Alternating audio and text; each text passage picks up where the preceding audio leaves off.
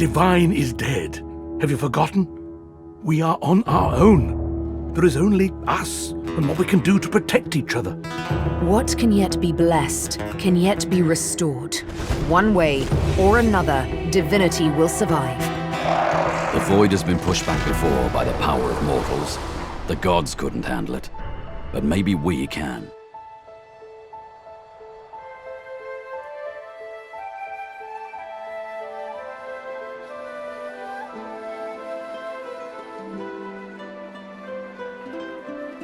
It all happened like I knew it would. A single drop of source magic. And, like flies to honey, the monsters swarmed. The rebel panicked. The carnage began. And the Magisters pointed their fingers at me. Just as I'd planned. I was shackled and collared, and sent to Fort Joy.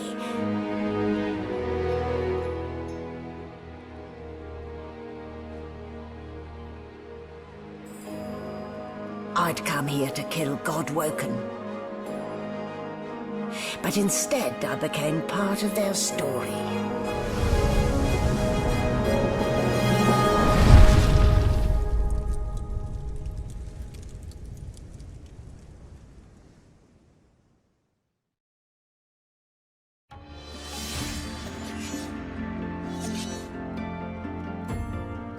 I used to be a slave, kept under the thumb of the master, the bastard that made me hunt down my own kin. How did he do that, you ask? With the living scar you see on my cheek, this horror that takes no more than a song sung by Master Dearest to control my very thoughts. But now the tables have turned. I broke my shackles, and when I finally find him, I will make the Master sing a very different kind of song.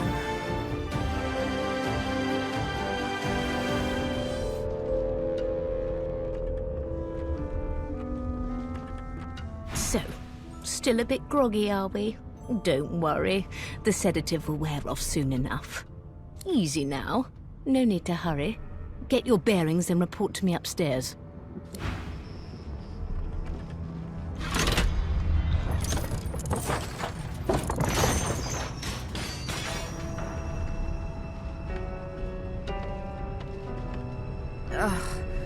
What a dismal way to wake, in the belly of the beast. Let's see if I can grope my way out. Bones are so boring. Without flesh, there's no memories to be had.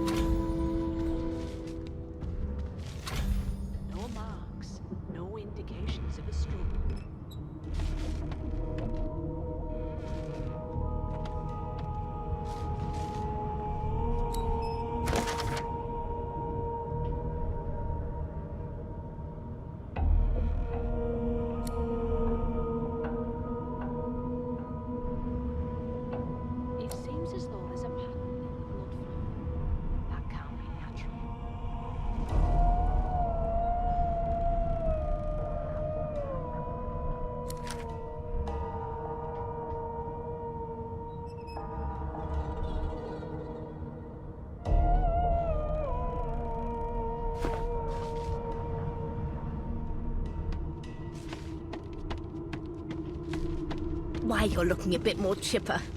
Yes, looks like that collar fits you snugly enough. Nice bit of work, even if I do say so myself. There you are. Not too tight, I hope. The collar, I mean. Oh, not to worry. Every dog has to get used to its leash. In the meantime, your next stop will be Magister William. All passengers have to be registered in the ship's manifest, and he's the chap in charge of the logs. You'll find him on the other side of this deck, in the officers' quarters.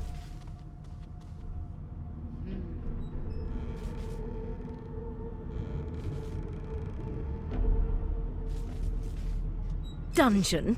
You have the gall to call my laboratory a dungeon? I'd be quite annoyed with you if you didn't look so honestly perplexed. Index fingers pressed to her lips, she pauses a moment to give you a scrutinizing gander. My word, you do seem a bit befuddled, don't you? Perhaps I was a bit too generous with that sedative. Oh, well, I'm sure you'll soon gather your wits. Most likely. Eventually. In the meantime, all you need to know is that we're en route to Fort Joy. A new life awaits, and if you're a particularly good girl, perhaps a cure as well. An end to Source. For good. Why, for my peace of mind, of course. Why don't you try casting one of those Source spells of yours? See what happens. Currents of magic surge inside you, boiling, bursting, then breaking, only to fade back into your soul like rain into the earth. My, look at the concentration on your face. All will, but no result. There you have it. See? The collar's function. It neuters you of sorts. Makes you unable to cast Source. For your own peace of mind, of course. Yours and the whole world's.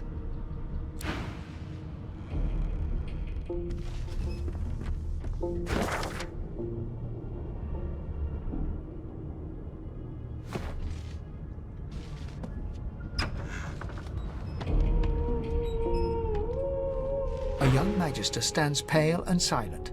Her knuckles whiten around her weapon as you pass. Good gods. There's been a murder here. Behind the magister, a bloodied mass lies in a heap. Gore and limbs lie at odd angles. You can't make out a face amid the mess. There's been a murder. A sorcerer was killed by one of your own. Lucky you were busy getting your collar fitted at the time, or you'd be a suspect like the rest of them. Waters is investigating. She'll figure out who did it. Always does.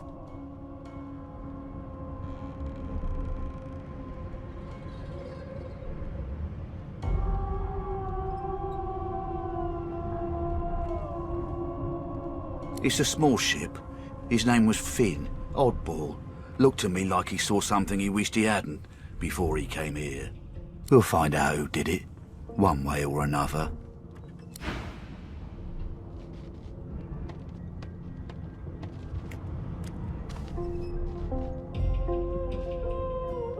Ugly sight, isn't it? Burns me up this happened under our protection. We're extremely lucky no Voidwalker followed the source that did this.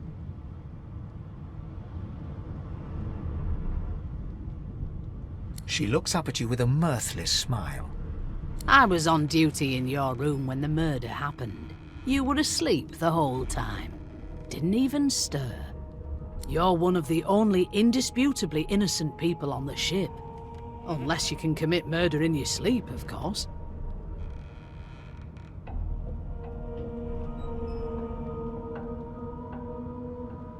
I thought as much.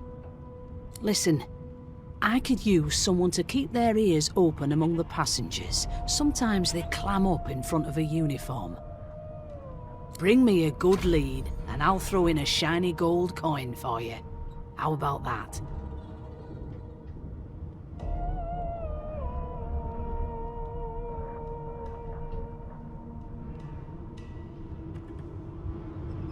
Thanks. I just want to catch whoever did this before they hurt anyone else.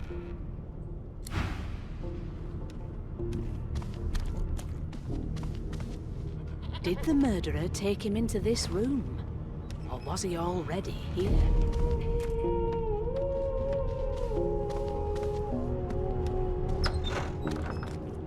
Sing us a song, I know you can.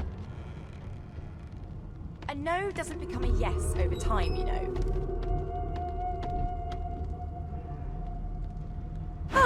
you are, wife. Would you please tell this very charming gaggle of not at all brat-like babes that I am by no accounts this loser woman, nor do I sing, in fact. I'm deathly, deathly allergical.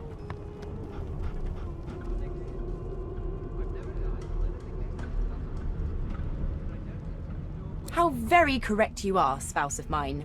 Madame Josephine Gribbles de Peeb refuses to be confused with anyone else. What? What's so funny? Her pinched face cracks into a great grin, and she shoos the children away from her with a laugh. Yeah, okay, you found me out. Go on and git, and maybe I'll sing you something when I'm good and ready. She turns to you, dark-eyed and dirty-haired, and smiles flatly.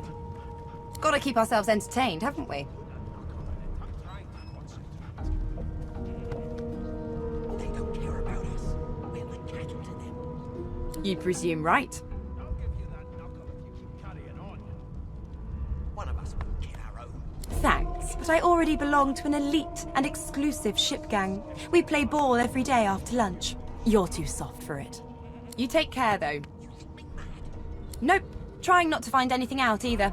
Ignorance is bliss. The utterer, the better. Suddenly, her eyes cloud to an unnatural black. Greyish veins run down her face, and her mouth tightens into a cruel sneer. As quickly as they came, the clouds clear.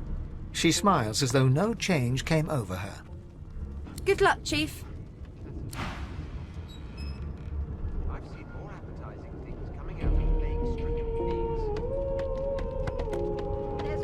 pigs. There's nothing else I can make, Your Majesty. Turnips and water are all I was given. Unacceptable. I've never dined on anything less than a dozen-course dinner, and I don't intend to do away with the custom. Well, there has been a murder, Your Majesty. Maybe that has the Magisters more concerned than your appetite. Don't you get saucy with me when you clearly don't know the first thing about sauce. It was one of them. I know it. Would you put a knuckle in it? I'm trying to concentrate. They don't care about us. We're like cattle to them. A broad dwarf sits totally upright on the bench, eyes closed, palms face up on his knees. His beard is a cascade of meticulous plaits, each one braided through with golden medallions.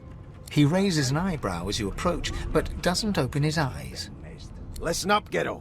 You hear that? Your kind always hung closest to our divine, like wolves around a campfire. The ship, of course. As soon as the Inquisitor gets here... A wave of sound washes over you. The unintelligible chatter of your shipmates, the groaning of wood from floor to ceiling, the boom, crash and crackle of waves around you, complaints from the sea itself. And? Your kind always hung closest to our divine, like wolves around a campfire. The fellow cocks his ear, listening. That isn't anger. It's He cocks his ear to the other side, then smiles. anticipation. She senses something. I'd hold on to my breeches if I were you, mate. That's all you hear, though. Listen close. Come on, please, Loisa. You've got ears on your head, haven't you? Do you need me to show you how to use them? There now, just like that. Squeak! Aha! His eyes snap open as his countenance breaks into an expression of joy. One great paw claps you on the back. The other catches you before you lose your footing. There, you heard it, didn't you? I knew it. I knew it. Aye, this is good news, Ghetto. Good news. Got this wolf on a leash now. It's the wheel. The wheel. Don't you see, you beautiful idiot? Squeaks whenever the helmsman jerks it clockwise, which means we're heading east. Burn my beard. That means if we've been travelling for, yes, only 10.34 nautical miles to Fort Joy. Water are all I was given. Unacceptable. I've never dined on anything less than a dozen-course dinner, and I don't intend to do away with the custom. Captain, actually. Well, And that figure tells me we're getting close to the joy. Close to what lies beyond it, too. The dwarf leans back from the table and strokes his beard, gold medallions jingling merrily. His eyes roll over to you. That'll be all, thank ye kindly, Gero. Sing us a song. I know you can. A no doesn't become a yes over time, you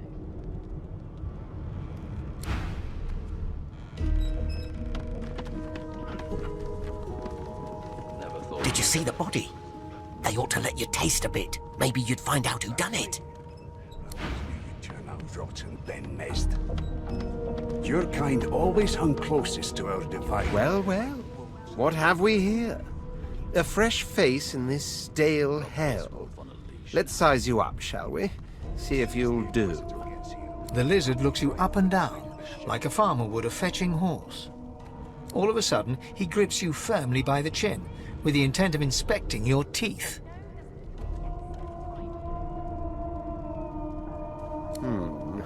There's some discoloration, but I've seen worse. After all, one can't expect to find prime merchandise on a squalid little ship like this. Now then, to business. You will answer me 3 questions. The first one is this. Can you cook? I'll come back to you, and you better be ready to talk here.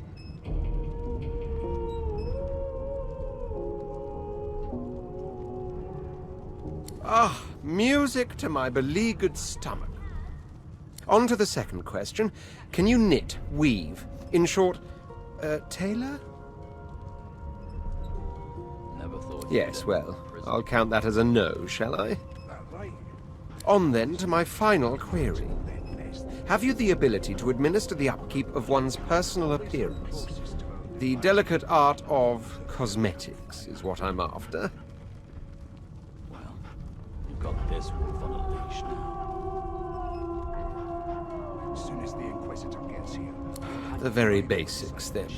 I suppose that's a start. So, 3 questions asked, 3 questions answered. Let's evaluate, shall we? As per your own testimony, you can cook and groom, but you have the fashion sense of a monkey in a clown suit. Still, beggars can't be choosers. So without further ado, I offer you my sincerest congratulations. As of now, you are my slave. I'll have you know that threatening one's master is punishable by death. Rein in your impertinence, will you? I'm a fair man, but I won't spare the rod. Anyway, you may leave me for a moment. We'll go over your duties once we reach Fort Joy. Now shoo! I'll tell you if you can keep it quiet long enough for me to listen. How dare you classify this slop as food? I've seen more appetizing things coming out of plague. I'm busy watching for clues, sorcerer. Go take your sub-story somewhere else. Your Majesty, turnips and water are all I was given. Unacceptable. A scruffy man lounges against the wall with scarred arms folded. A sly smile playing on his face, he stares across at the Magister guarding him. Noticing you, he straightens and beckons for you to come closer. Watch your back, new fish. There's a murderer on board, and I'd bet 3 months' pay it's this tramp Ifan. Rolling his eyes at the Magister's warning, the man named Ifan beckons again.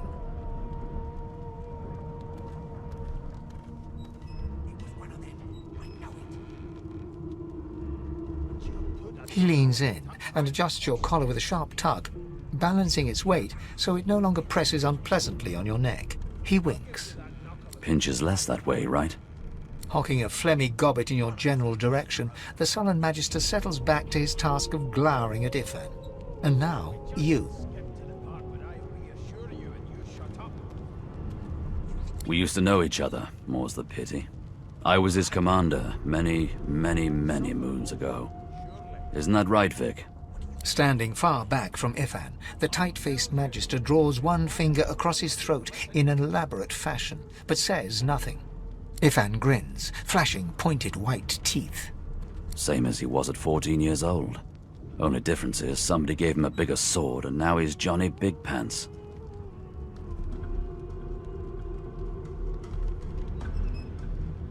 Long story. Maybe I'll tell you about it in the Joy. Away from interested parties. No.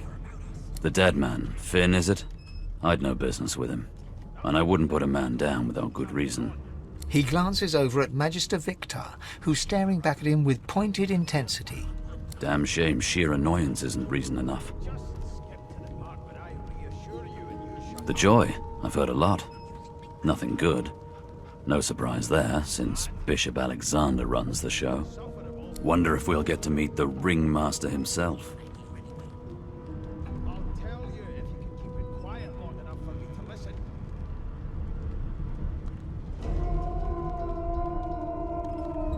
Not eager to bow before the great Bishop Alexander, son of the Divine himself.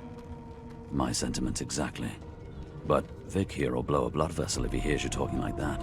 What are you conspiring about over there? You, elf, what's your name? Oh, don't mind him. Vic's just got a bee in his bonnet. And that bee is me. Name?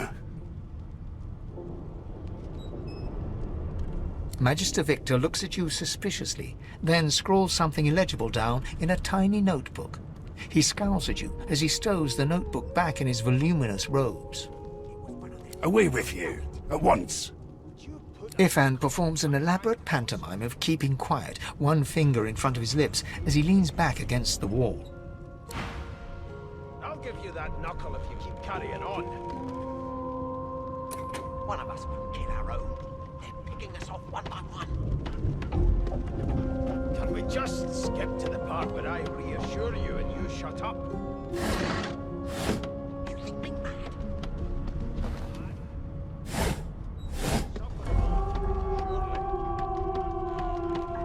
What are you trying to hear anyway?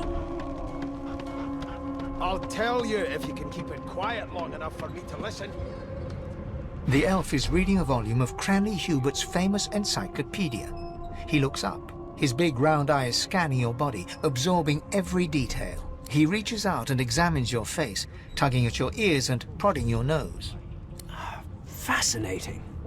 He sits back and returns to his book, flicking quickly from page to page, completely oblivious to your presence.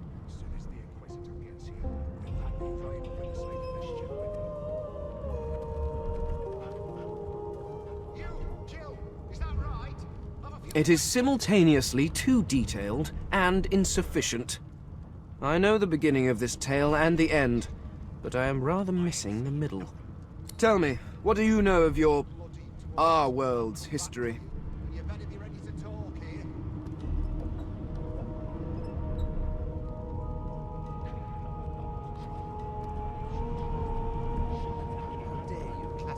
Most unusual, and if it's not too rude to suggest, not much of an answer. No, I want to know about the Celestial. I want to know about your gods. This text tells me that they created all creatures, but nothing of what came before. Where did these gods come from? Who are their people? Where are the others of their kind? There has been a murder, Your Majesty. Maybe that has the Magister's more concern than your appetite. Don't you get saucy with me when you clearly don't know the first thing about sauce.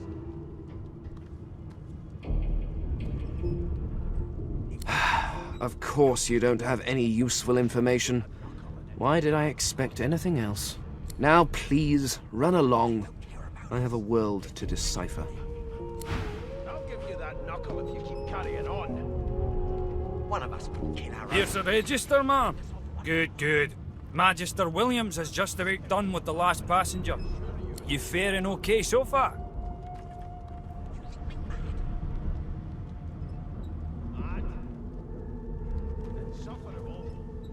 He tugs the collar of his uniform and chuckles.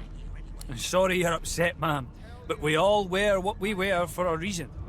You head on in now. Williams will get you sorted fast.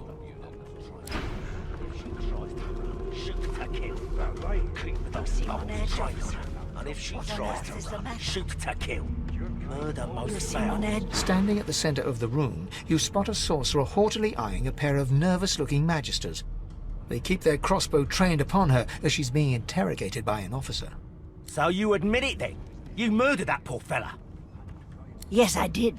But of course, that was only the beginning. She turns her head, and looks you straight in the eye. There are others whose lives must end. Good God, the woman's mad. You there, sorcerer, go and fetch Magister Siwan.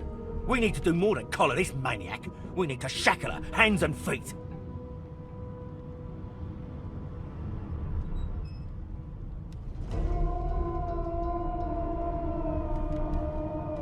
It means your journey draws to a close. Do stick around for its finale, though, because... She reaches for her collar and simply removes it. I'm just about to create a scene. Subdue her, men, quickly! If she casts Source, the Voidwoken will come. They'll end us all. She smiles with wicked satisfaction. Precisely.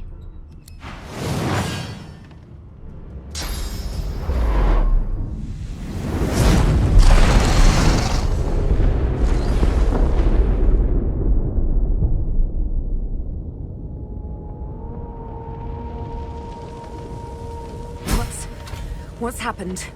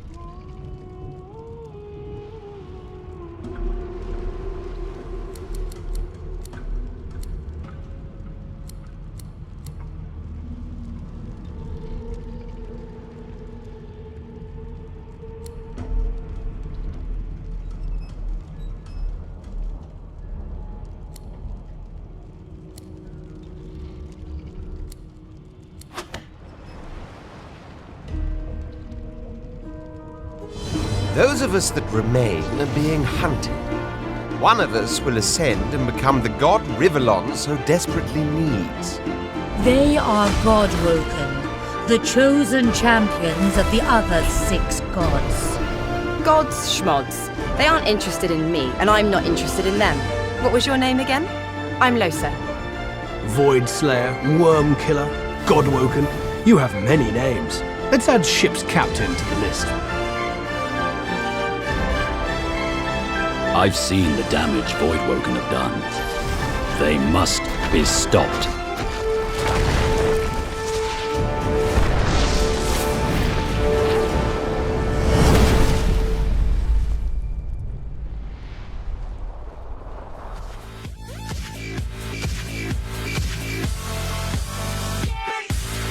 Like and share if you enjoy the video and think others might benefit from this, and of course subscribe and hit the notification button if you are new to the channel and want to be notified every time I post a video.